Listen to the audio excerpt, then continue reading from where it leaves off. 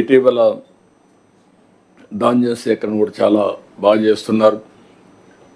దానికి కూడా చాలా స్పష్టంగా మనం 15 లక్షల మెట్రిక్ టన్నులు ఇప్పుడు ధాన్యం సేకరించగలిగాం. 48 గంటల్లోనే డబ్బులు ఇచ్చే పరిస్థితికి వచ్చాం. దానిపైన కూడా చాలా 3 కండిషన్స్ పెట్టాం.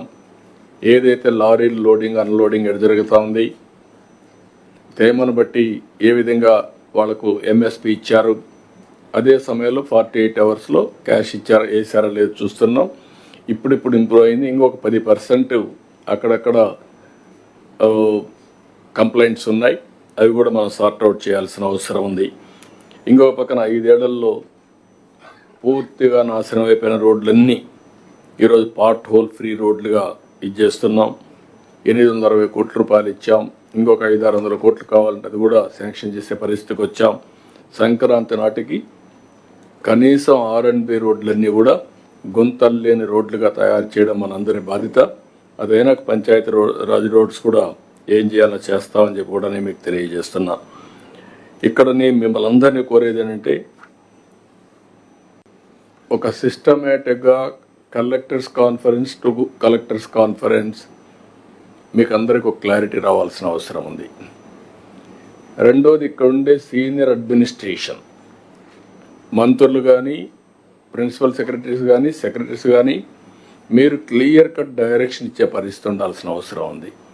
ఎక్కడికక్కడ వర్టికల్ హారిజాంటల్ ఇంటిగ్రేషన్ చేయడం, జవాబుదారితనంతో పనిచేయించడం, ఎవరైనా పని చేయకపోతే వాళ్ళను కూడా పికప్ చేయడం, ఒకవేళ స్టిల్ కానీ ముందుకేస్తే అవసరమైతే కొన్ని పనిష్మెంట్ కూడా ఇచ్చి మన సిస్టాన్ని సెట్ చేయాల్సిన అవసరం ఉంది.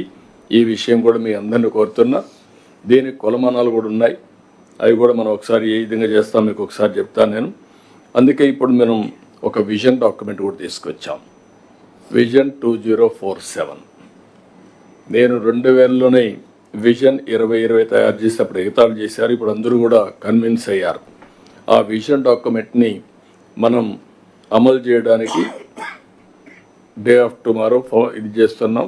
రేపటికి 6 months అవుతుంది. Day of tomorrow vision 2047 inaugurate చేసి అక్కడి నుంచి లాంచ్ చేసి ముందుకెళ్తున్నాం. నేను ఇక్కడ ఒకటే మిమ్మల్ని అందరినీ కోరుతున్నాను, ఈ విజన్ అనేది థియరీ కాదు. ఈ విజన్లో చాలా స్పష్టంగా రాష్ట్రంలో స్పష్టమైనటువంటి టార్గెట్స్ పెట్టుకున్నాం. అదే టార్గెట్స్ని నెక్స్ట్ లెవెల్ డిస్ట్రిక్ట్లో పెట్టాం. దానికి కలెక్టర్స్ రెస్పాన్సిబిలిటీ తీసుకోవాలి. ఆ తర్వాత మండల్, ఆ తర్వాత పంచాయత్, తర్వాత ఫ్యామిలీ, తర్వాత ఇండివిజువల్.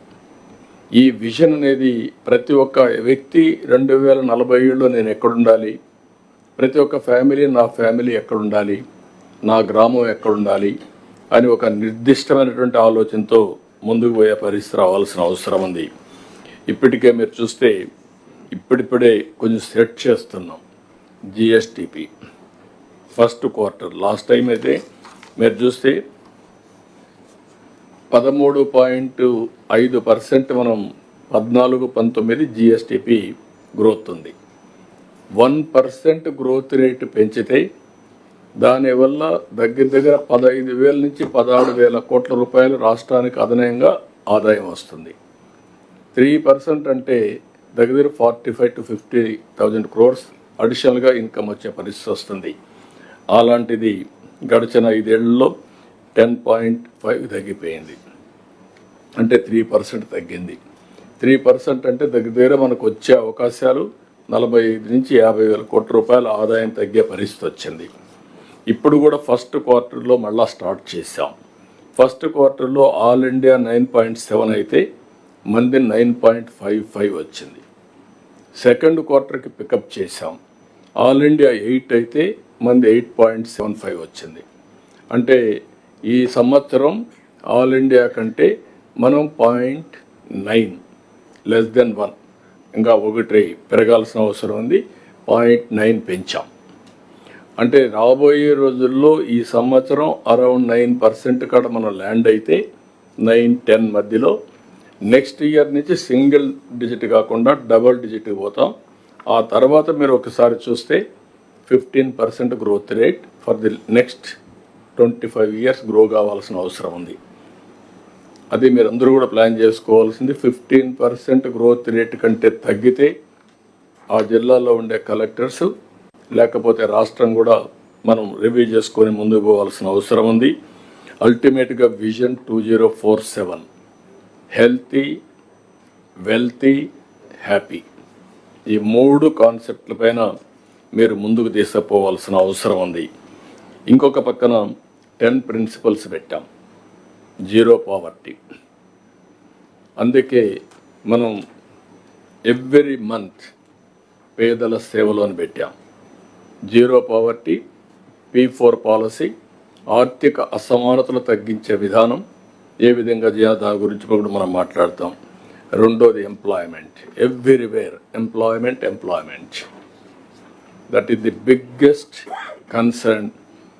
ప్రతి ఒక్కరికి ఉపాధి కల్పించే పరిస్థితి రావాలి. దానికి మీరు కూడా మా పాలసీలన్నీ కూడా మీరు చూస్తే దేశంలో ఫస్ట్ టైం ఎంప్లాయ్మెంట్ ఎక్కువ మందికి ఇస్తే ప్రతి ఒక్క ఇండస్ట్రీలో అదనపు ఇన్సెంటివ్స్ ఇచ్చాం. That is the commitment of this government. మూడోది పాపులేషన్ మేనేజ్మెంట్. చాలామంది కలెక్టర్స్ ఇంకా what is the fertility rate, what is the growth of population ఇవన్నీ మర్చిపోయారు. కాబట్టి ఇప్పుడు అందరూ మీరు రివ్యూ చేసుకోవాల్సిన అవసరం ఉంది. స్లోగా మనం 1.7, 1.2